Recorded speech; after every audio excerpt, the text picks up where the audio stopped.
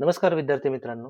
ह्या व्हिडिओमध्ये आपण डिस्कस करूयात महाराष्ट्र जीवन प्राधिकरण जेई सिव्हिल ह्या पदासाठी जी होणारी परीक्षा आहे त्याच्यासाठी आपली प्रिपरेशन स्ट्रॅटेजी कशी असली पाहिजे. तर सगळ्यात पहिले ही एक्झाम कंडक्ट करणारी बॉडी जी आहे ती यावेळेस असणार आहे IBPS. IBPS असल्यामुळं आपली थोडी प्रिपरेशन स्ट्रॅटेजी थोडीशी वेगळी पडेल, कारण आता याच्यासोबतच आपण बरेचसे विद्यार्थी आहेत जे आपल्यापैकी जे ठाणे महानगरपालिकेसाठी तयारी करत असतील. ठाणे महानगरपालिका ही एक्झाम कंडक्ट TCS करते आणि ही MJP ची जी एक्झाम आहे ती IBPS कंडक्ट करणार आहे. तर IBPSचा जो क्वेश्चन विचारण्याचा जो फॉर्मॅट आहे तो थोडासा वेगळा आहे, कारण लँग्वेज टॉपिक्स जे असतात जसं इंग्लिश मराठी ह्याच्यामध्ये ते थोडंसं अप्लाइड गोष्टींवरती लक्ष देतात. आपल्याला ते बेसिक किंवा ट्रेडिशनल ग्रामरवरती क्वेश्चन खूप कमी विचारतात. ते अप्लाइड ग्रामरवरती आपल्याला जे मराठी ग्रामर आपण आतापर्यंत जे शिकलेलो आहोत ते आपल्याला डायरेक्टली जाऊन तिथं अप्लाय करायचे एक्झाममध्ये. तर ट्रेडिशनल ग्रामरवरती ते खूप कमी प्रश्न विचारतील तुम्हाला IBPSच्या एक्झाम्समध्ये.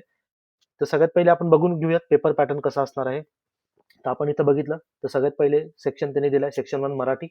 मराठीचे 10 प्रश्न असतील. त्याच्यानंतर इंग्रजीचे पण 10 प्रश्न. सामान्य ज्ञान म्हणजे जनरल नॉलेज त्याच्यावरती ते 15 प्रश्न विचारतील. बौद्धिक चाचणी म्हणजे रिझनिंग त्याच्यामध्ये ते 15 प्रश्न विचारतील. आता रिझनिंग मध्ये एखाद्या वेळेस त्यांनी बौद्धिक चाचणी असं म्हटलंय तर थोडंसं चान्सेस आहेत की ते DI चे वगैरे डेटा इंटरप्रिटेशनचे एखादा 2 क्वेश्चन त्यांनी टाकलं तर टाकू शकतात, पण मोस्टली रिझनिंगच विचारतात. त्याच्यानंतर तांत्रिक मध्ये म्हणजे आपलं सिव्हिल इंजिनिअरिंग असणार आहे. सिव्हिल इंजिनिअरिंग वरती 50 प्रश्न येतील आणि हा टोटल जो वेटेज असणार आहे ह्याला एक्झाम असणार आहे ती 200 मार्क्सची असणार आहे आणि टोटल नंबर ऑफ क्वेश्चन्स असतील 100. ठीक आहे. आता हे काठिण्य पातळी हे इग्नोर करा, कारण तुम्ही स्पर्धा परीक्षा देताय हे अजिबात मॅटर करत नाही आणि हे फॉलो होतं की नाही आपल्याला माहिती नाही, कारण कॉम्पिटेटिव्ह एक्झाम आहे, खूप जास्त अर्ज आलेले असतात आणि IBPS नेहमी एक लक्षात घ्यायचं, IBPS कधीच सिलेक्शनसाठी एक्झाम घेत नाही. IBPS नेहमी रिजेक्शनसाठीच एक्झाम घेतात, कारण थोडासा पेपर जो असतो तो टफ येतो आणि कसा असेल आपण प्रेडिक्ट करू शकत नाही. पण आपण प्रिपेअर करताना आपण कोणत्या कोणत्या टॉपिक्सवर जास्त भर द्यायचे ते बघूयात. आता सगळ्यात पहिले आपण जेव्हा मराठीकडे बघू. मराठीवरती आपल्याला असणार आहेत 10 प्रश्न. ओके. म्हणजे 10 प्रश्न आपण बघितलं म्हणजे ह्याला असतील 20 मार्क्स. तर 10 प्रश्न जे येतील ते तुम्हाला विचारतील पॅसेजवरती. पॅसेज हा एक टॉपिक असेल, त्याच्यावरती 3 ते 5 प्रश्न विचारतील, 3 to 5 क्वेश्चन्स. कधी कधी पॅसेज येणार पण नाही एक्झाममध्ये, पण मोस्ट प्रोबॅबली यायलाच पाहिजे पॅसेज. तर पॅसेजवरती 3 ते 5 प्रश्न असतील. तर पॅसेजमध्ये फक्त एकच डिफिकल्ट क्वेश्चन ते तुम्हाला विचारू शकतात की तो असेल, समजा तुम्हाला ते विचारतील की पॅसेजची थीम काय. थीम काय असं जर विचारलं तर थोडासा तो क्वेश्चन डिफिकल्ट का जातो, कारण 5 ऑप्शन असतात एक्झाममध्ये, त्यातले आपल्याला 2 ते 3 ऑप्शन सिमिलर वाटतात. तर एवढाच एक भाग डिफिकल्ट जाईल पॅसेजमध्ये, बाकी पूर्ण पॅसेज आपल्याला कव्हर करता आला पाहिजे. त्याच्यानंतर पॅसेज नंतर ते विचारतात क्लोज टेस्ट. क्लोज टेस्ट म्हणजे एखादा आपल्याला स्टेटमेंट देतील, त्याच्यामध्ये ते विचारतील की ग्रामॅटिकली व्याकरणदृष्ट्या तुम्हाला त्या ब्लँकमध्ये योग्य शब्द फिलअप करायचा आहे, किंवा ते काय करतील ABCD असे 2-3 तुम्हाला वर्ड्स हायलाइट करून देतील. ते वर्ड्स हायलाइट करून दिल्यावर तुम्हाला काय सांगणार आहेत की ऑप्शनमध्ये तुम्हाला असे काही पेअर्स देतील की ते पेअर आपापसात जर इंटरचेंज केले, म्हणजे B to A, C to A किंवा D to C असं तुम्हाला इंटरचेंज करायला केलेले ऑप्शन्स देतील. तर ते कुठला ऑप्शन जर आपण दिलेल्या सेंटेन्समध्ये पुटअप केलं तर आपल्याला गिवन सेंटेन्स हा ग्रॅमॅटिकली पूर्णपणे करेक्ट होईल. तर रिसेंटली त्यांनी असे क्वेश्चन विचारलेत MIDCच्या एक्झाममध्ये. तर क्लोज टेस्ट मध्ये असा प्रश्न तुम्हाला विचारू शकतात. त्याच्यानंतर पॅराजंबल. मध्ये काय तुम्हाला काही असे 4 ते 5 वाक्य देतील आणि हे 4 ते 5 वाक्य दिल्यावरती तुम्हाला ते सिक्वेन्समध्ये अरेंज करायचे.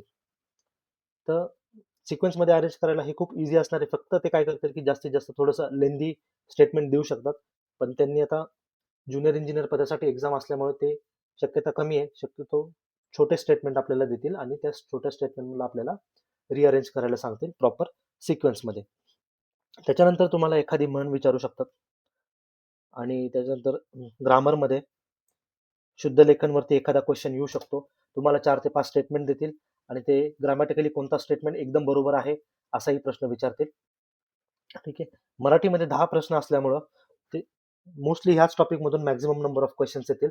आणि जास्तीत जास्त ह्याच्या व्यतिरिक्त अजून काय आलं तर तुम्हाला एक समानार्थी आणि विरुद्धार्थी शब्द, समानार्थी आणि विरुद्धार्थी शब्द तुम्हाला विचारू शकतात. बस एवढंच. ह्याच्यामध्ये 10 क्वेश्चन त्यांचे कव्हर होतील. ह्याच्या पलीकडे जास्त ते शक्यतो जाणार नाहीत, कारण ज्युनियर इंजिनियर ची एक्झाम असल्यावर थोडंसं डिफिकल्टी नॉन टेकमध्ये कमीच असेल. पण ह्याच्यामध्ये जर त्यांना पेपर डिफिकल्ट करायचा असेल तर ते काय करतील की पॅसेज खूप लेंदी ठेवतील. पॅसेज लेंदी ठेवल्यानंतर पॅराजंबल पण ते लेंदी ठेवतील आणि क्लोज टेस्टमध्ये तुम्हाला कन्फ्यूज करतील. बाकी जास्त ते त्याच्यामध्ये डिफिकल्ट काहीच करू शकत नाही. आणि एखादा समानार्थी किंवा विरुद्धार्थी शब्द जो तुम्हाला विचारतात ते थोडंसं डिफिकल्ट विचारतील. बाकी याच्यामध्ये डिफिकल्ट असं काहीच नाही. मराठीमध्ये तुम्ही जर हे सगळे टॉपिक्सवरती फोकस केलं आउट ऑफ स्कोर येऊ शकतो. तर हे आहेत मराठीचे सगळे इम्पॉर्टंट टॉपिक्स. आता ह्याच्यानंतर आपण बघूयात इंग्लिश ह्या सब्जेक्टचे इम्पॉर्टंट टॉपिक्स. तर मित्रांनो, इंग्लिशमध्ये पण IBPSC चे फेवरेट टॉपिक्स आहेत. ते आहे पॅसेज, त्याच्यानंतर पॅराजंबल आणि क्लोज टेस्ट.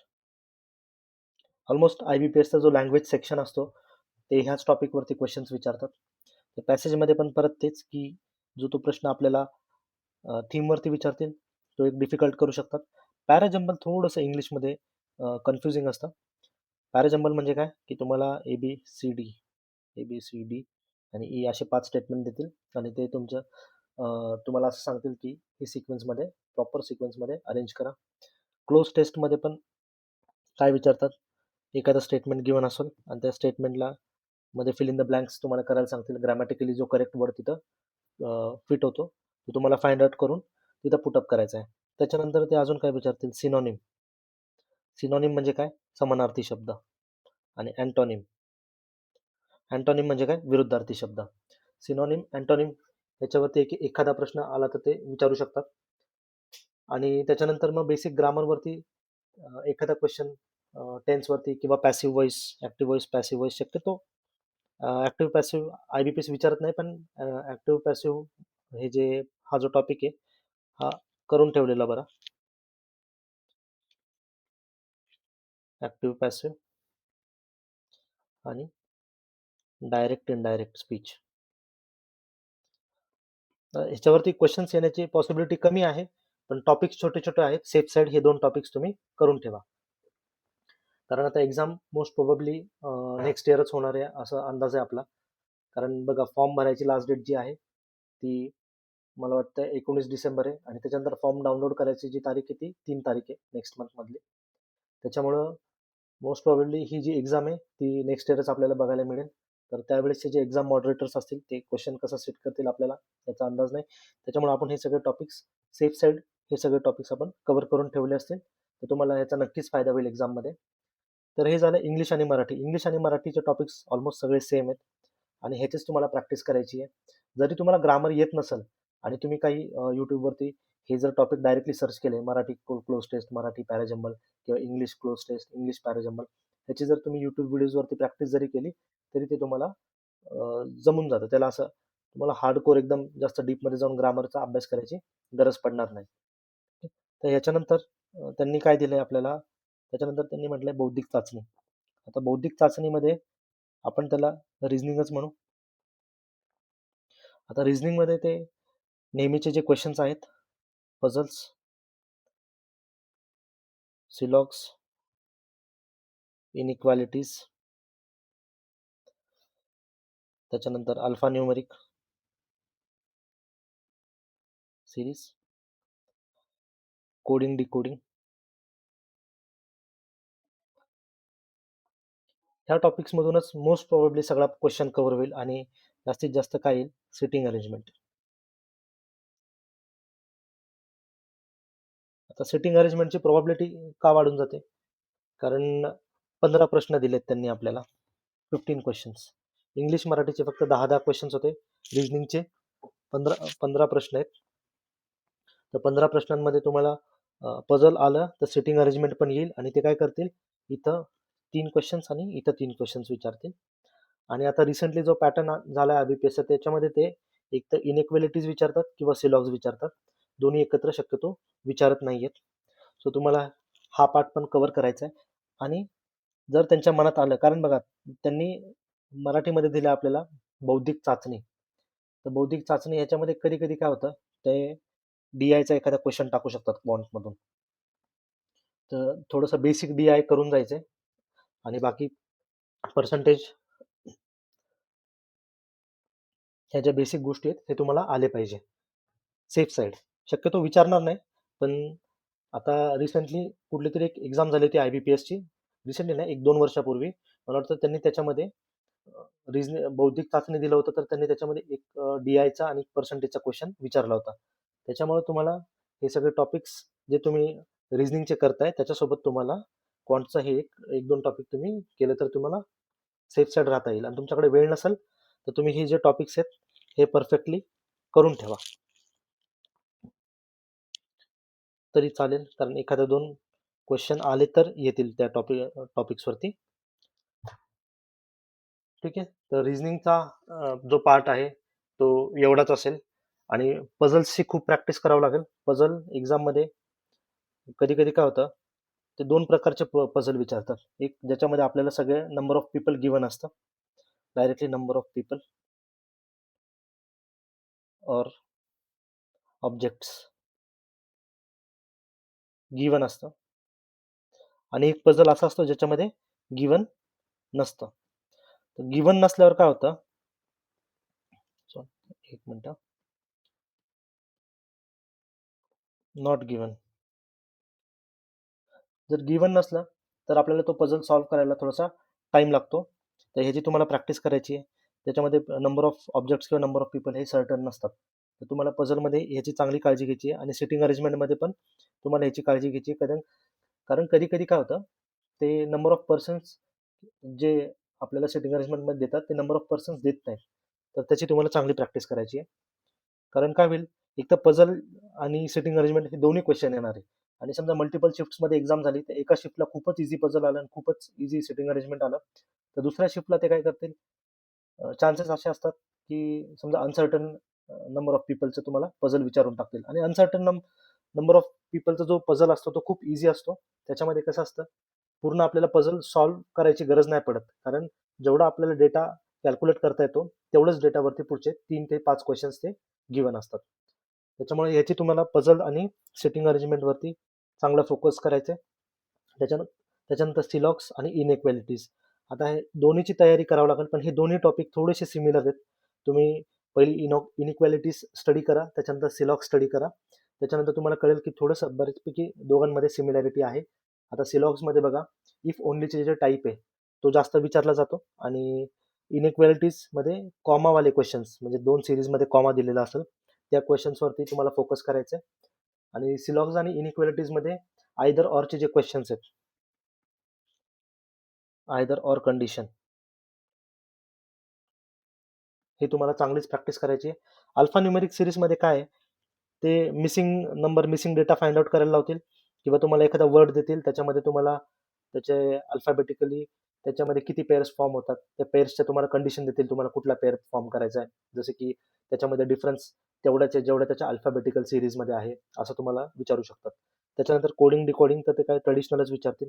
आणि सेटिंग अरेंजमेंट, हे बेसिक टॉपिक्स आहेत. हे IBPS त्याच्या एक्झाम्समध्ये विचारतं, म्हणजे विचारतंच. ह्याच्या बाहेर अजून त्यांना काय विचारायचं म्हटलं तर शक्यतो JEEच्या एक्झामला ते विचारणार नाहीत. एवढेच टॉपिक्स जर तुम्ही परफेक्टली करून गेले तर तुम्हाला त्याचा फायदा होईल.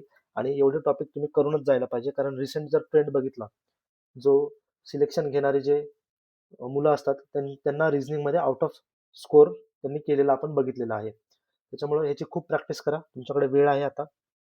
आता रिझनिंग झालं. रिझनिंग नंतर आहे जनरल अवेअरनेस. बौद्धिक बौद्धिक चाचणीनंतर काय, जनरल अवेअरनेस. जनरल अवेअरनेसचे किती प्रश्न आहेत, 15. ठीक आहे. तर जनरल अवेअरनेसमध्ये आता आपल्याला काय करायचं आहे, 15 क्वेश्चन्स असल्यामुळं थोडंसं इथं जे त्यांचा स्कोप आहे क्वेश्चन विचारण्याचा, हा थोडासा त्यांचा वाढतो. मग ह्याच्यामध्ये सगळ्यात पहिले आपल्याला महाराष्ट्र ओरिएंटेड तर आपल्याला सगळ्या गोष्टी माहिती पाहिजे. जसे महाराष्ट्राचे बाउंड्री, स्टॅटिस्टिकल डेटा, हा माहिती पाहिजे. त्याच्यानंतर आपल्या काही जे योजना आहेत महाराष्ट्रामध्ये ते तुम्हाला माहिती पाहिजे आणि रिसेंट जे डेव्हलपमेंट्स आहेत करंट अफेअर्स महाराष्ट्र ओरिएंटेड हे तुम्हाला माहिती पाहिजे. आणि आता इलेक्शन झाले त्याच्यामुळे जो इलेक्शन रिलेटेड स्टॅटिस्टिक्स हे पण तुम्हाला एकदा बघून घ्यायचं आहे. याच्यामधून क्वेश्चन्स ते डेव्हलप करतील. त्याच्यानंतर जो आहे इंडिया किंवा नॅशनल लेवल, तर ह्याच्यामध्ये तुम्हाला स्टॅटिक प्लस करंट हा एक पार्ट तुम्हाला ते विचारू शकतात. स्टॅटिकमध्ये काय की एखादा हायड्रो पॉवर प्लांट आहे त्याचं आता रिसेंटली उद्घाटन झालं असेल ते कुठं झालं असेल, एखादा नॅशनल नॅशनल पार्क विचारतील कुठे आहे. पण हा जो नॅशनल पार्क आहे हा रिसेंटली न्यूजमध्ये आलेला असणार आहे. ठीक आहे. आणि रिसेंटली एखादं कुठलं तरी मोठं रोडचं इनॉग्रेशन कुठे केलेलं आहे ते विचारू शकतात. तर नॅशनल लेवलला पण तुम्हाला हे करंट अफेअर्स प्लस स्टॅटिक थोडं कव्हर करायचं आहे. ह्याचे तुम्हाला भरपूर सोर्सेस मिळतील. तर हा national level plus Maharashtra level तुम्हाला करायचंच आहे. आणि त्याच्यानंतर काय होतं की नंबर ऑफ क्वेश्चन्स 10पेक्षा जास्त असल्यामुळं तुम्हाला थोडंसं जे फायनान्शियल अवेअरनेस आहे याच्याकडे पण लक्ष द्यायचं आहे. याच्याकडे का? कारण समजा आता रिसेंटली RBIचे काही रूल्स चेंज झाले असतील किंवा काही जे स्टॅटिस्टिक्स येतात फायनान्स रिलेटेड, सपोज त्यांनी विचारलं की 2025 मध्ये UPI ट्रान्झॅक्शन्स हायेस्ट कुठल्या ॲपवरती झाले किंवा टोटल UPI ट्रान्झॅक्शन्स किती अमाऊंटचे झाले, तर तुम्हाला तो अमाऊंटचा डेटा विचारू शकतात. तर हा पॅटर्न आपण सिडकोच्या एक्झाममध्ये पण बघितलेला. पण बघा आता जेव्हा MIDCची एक्झाम बघितली तर MIDCमध्ये ह्या 2 पोर्शनमध्येच त्यांनी पेपर कव्हर केला होता. कारण नंबर ऑफ क्वेश्चन जे होते ते 10 होते, पण आता नंबर ऑफ क्वेश्चन्स असणार आहेत 15. त्याच्यामुळे त्यांचा जो पेपर सेट करण्याचा जो त्यांचा जो स्कोप आहे तो खूप वाढलेला आहे. त्याच्यामुळे ह्याच्यातून पण क्वेश्चन्स येतील. तुम्हाला फायनान्शियल अवेअरनेस पण कव्हर करावं लागणार आहे. तर फायनान्शियल अवेअरनेसमध्ये अजून RBIचे रिसेंट सर्क्युलर्स ह्याच्या रिलेटेड एखादा मायनर क्वेश्चन विचारतील ते. जास्त डीपमध्ये जाणार नाहीत कारण सिव्हिल इंजिनिअरसाठी एक्झाम आहे. आणि रिसेंटली जे नॅशनल लेवल किंवा इंटरनॅशनल लेवलचे बँक्स आहेत किंवा जे फायनान्शियल ऑर्गनायझेशन्स आहेत त्यांच्या काही ॲक्टिव्हिटीज झाल्या असतील तर तुम्हाला ते क्वेश्चन विचारतील. बघा आता नॅशनल लेवलला आणि याच्यामध्ये सॉरी नॅशनल लेवलमध्ये नाही, इंटरनॅशनल लेवलला एखादी समिट झाली असेल, इंटरनॅशनल समिट, बरोबर? त्या समिटचं चेअर चेअरपर्सन कोण, त्या समिटचे हेड कंट्री कोण, त्याचं हेडक्वार्टर कुठे आहे, कोणत्या ऑर्गनायझेशननी ते सुरू केलंय, त्याचे मेंबर्स, असे क्वेश्चन्स तुम्हाला विचारू शकतात. बघा 15 क्वेश्चन्स आहेत. त्याच्यामुळे हे प्रत्येक सेक्शनमधून तुम्हाला क्वेश्चन बघायला भेटणार. तुम्हाला ह्या महाराष्ट्र ओरिएंटेड तुम्हाला 3 ते 4 क्वेश्चन बघायला मिळतील. नॅशनल लेवलला तुम्हाला 3 ते 4 क्वेश्चन बघायला मिळतील. फायनान्शियल अवेअरनेसला तुम्हाला 3 ते 4 क्वेश्चन बघायला मिळतील. आणि इंटरनॅशनल लेवलला पण तुम्हाला 2 ते 3 क्वेश्चन बघायला मिळतील. हे सगळे टॉपिक्स तुम्हाला तुमच्या प्रिपरेशनमध्ये कव्हर करायचे. ठीक आहे. आता आपण नॉन टेक पार्ट सगळा कव्हर केलेला आहे. नॉन टेकमध्ये आपण काय बघितलं? नॉन टेकमध्ये मराठी, त्याच्यानंतर इंग्लिश, रिझनिंग आणि GS अँड GA. GS और GA याच्यामध्ये 10 प्रश्न, इंग्लिश 10 प्रश्न, रिझनिंग 15 प्रश्न आणि GS GA 15 प्रश्न. तर त्यांनी काय केलंय, हा जो पेपर मराठीचा मराठीमध्ये असेल, इंग्लिशचा इंग्लिशमध्ये असेल आणि रिझनिंग हा इंग्लिश अँड मराठी आणि GS आणि GA पण इंग्लिश अँड मराठी ड्युअल लँग्वेजमध्ये असेल. हे तुम्हाला लक्षात ठेवायचं आहे. ठीक आहे. 15, 15, 30 आणि 20, 50 म्हणजे हा सेक्शन जो आहे नॉन टेक्निकलचा तो असणार आहे टोटल 100 मार्क्स. तर 100 मार्क्ससाठी तुम्हाला हे सगळे टॉपिक्स तुम्ही एकदा परत बघून घ्या. मराठीमध्ये हे टॉपिक्स तुम्हाला व्यवस्थित कव्हर करायचे आहेत. त्याच्यानंतर इंग्लिशमध्ये हे सगळे टॉपिक्स मराठी आणि इंग्लिशचे सेमच टॉपिक्स आहेत. रिझनिंगमध्ये हे बेसिक टॉपिक्स आहेत ज्याच्यामधून IBPS क्वेश्चन विचारतात. आणि त्याच्यानंतर जनरल अवेअरनेसमध्ये पण तुम्हाला हे सगळं कव्हर करायचं आहे. ठीक आहे. आता मेन आपण बघूयात आपला सिव्हिल इंजिनिअरिंग.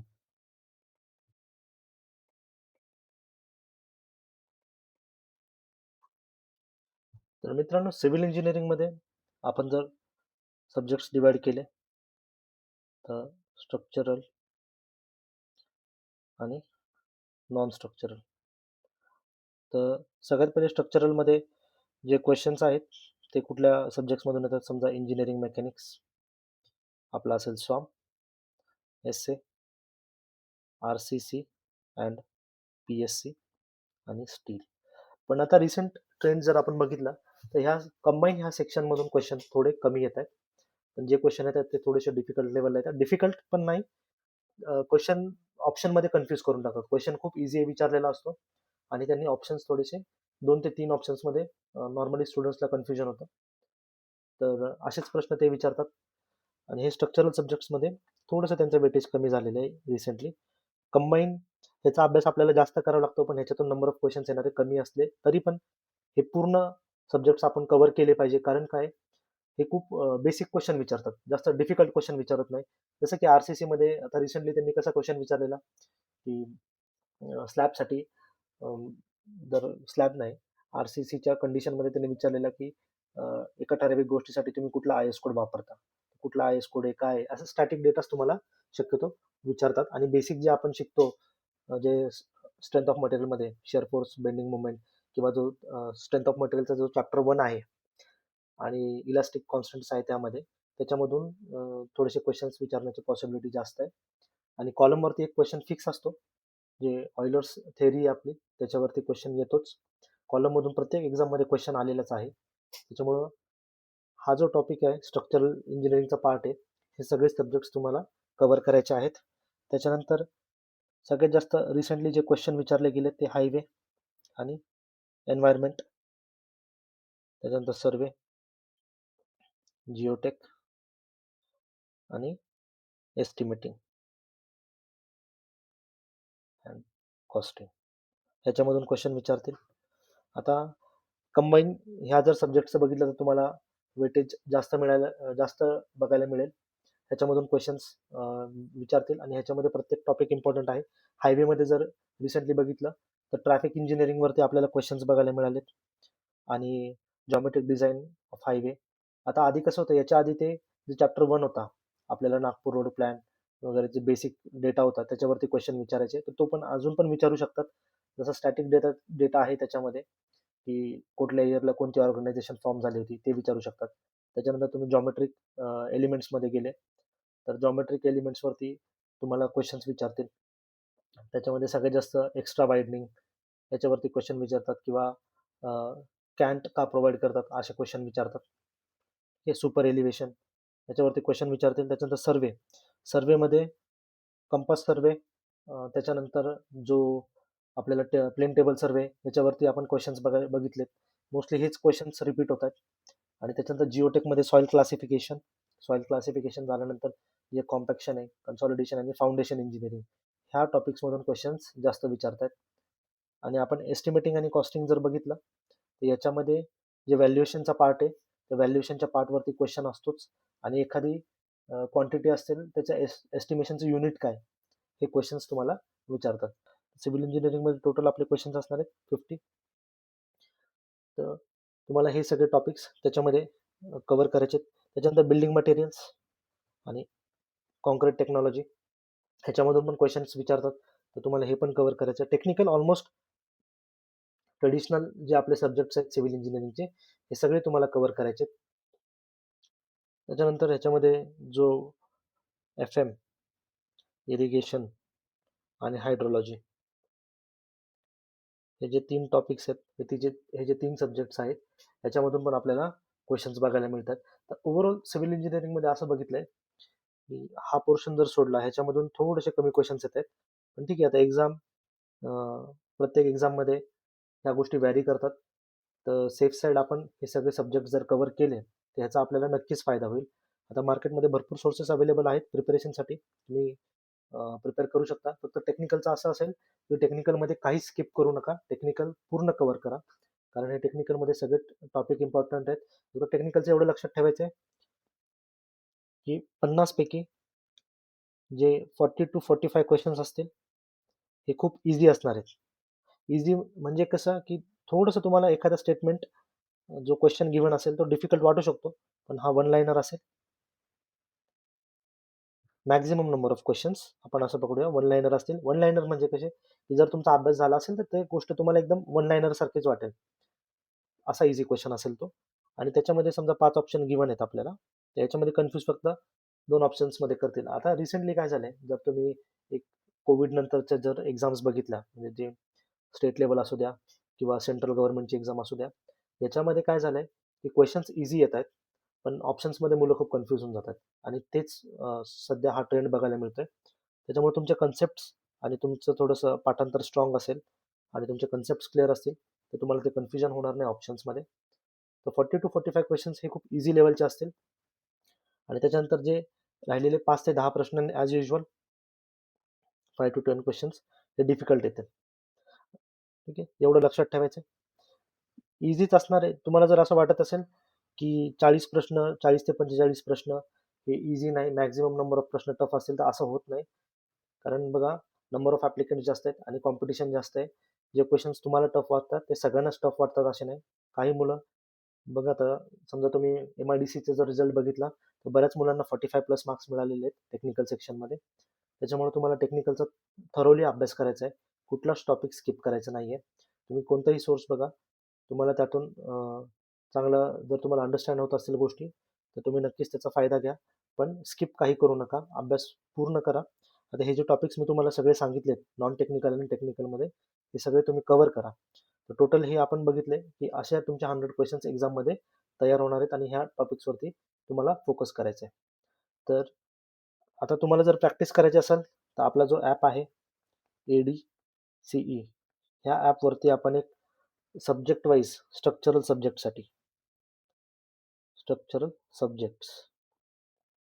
ह्याच्यासाठी एक 6 टेस्ट लॉन्च केलेले आहेत. ते एकदा तुम्ही डिस्क्रिप्शनमध्ये लिंक दिलेली आहे, तुम्ही जाऊन चेक करू शकता आणि तुम्ही ते ट्राय करू शकता. आणि त्याच्यासोबत तुम्हाला रिव्हिजनसाठी त्या टेस्ट सिरीजमध्ये जर तुम्ही परचेस केलं तर त्याच्यामध्ये तुम्हाला 3 PDFs पण मिळतील परचेस केल्यानंतर. त्याच्यामध्ये क्विक रिव्हिजनसाठी तुम्हाला एक शॉर्टमध्ये काही पॉईंट्स दिलेले आहेत, ते तुम्ही पॉईंट्स आधी वाचून घ्या आणि नंतर टेस्ट अटेम्प्ट करा. आणि ट्राय करा की ह्या ज्या सॉम, इंजिनिअरिंग मेकॅनिक्स, RCC, PSC म्हणजे प्री स्ट्रेस आणि स्टील, आता हे जे टॉपिक्स आहेत याच्यामध्ये तुम्हाला मॅक्झिमम नंबर ऑफ क्वेश्चन्स बरोबर करायचे आहेत. ऑलमोस्ट आउट ऑफ स्कोर आला पाहिजे ह्या टेस्टमध्ये, कारण खूप बेसिक लेवलचे प्रश्न विचारलेत. बेसिक म्हणजे एकदम वन लाईनर लेवलचे क्वेश्चन, जे आपण जेव्हा एखादा सब्जेक्ट आपण शिकायला सुरुवात करतो आणि त्या सब्जेक्ट रिलेटेड त्या चॅप्टरमध्ये आपण त्या चॅप्टर रिलेटेड जे काही बेसिक गोष्टी आपण शिकतो त्या बेसिक गोष्टींवरतीच हे प्रश्न सेट केलेले आहेत. त्याच्यामुळे माझं असं मत आहे की तुम्ही ह्या टेस्ट परचेस केल्यानंतर हे जेव्हा तुम्ही अटेम्प्ट करताल ह्याच्यामध्ये तुम्ही आउट ऑफ स्कोर केला पाहिजे. ठीक आहे, तर एकदा ॲपवरती जाऊन तुम्ही हे चेकआउट करू शकता. आता भेटूया आपण परत पुढच्या व्हिडिओमध्ये, तेव्हा आपण असंच एक दुसऱ्या परीक्षेसाठी आपण स्ट्रॅटेजी घेऊन येऊ आणि त्याची आपण व्यवस्थित तयारी करूया. ठीक आहे, चला भेटूया नेक्स्ट व्हिडिओमध्ये.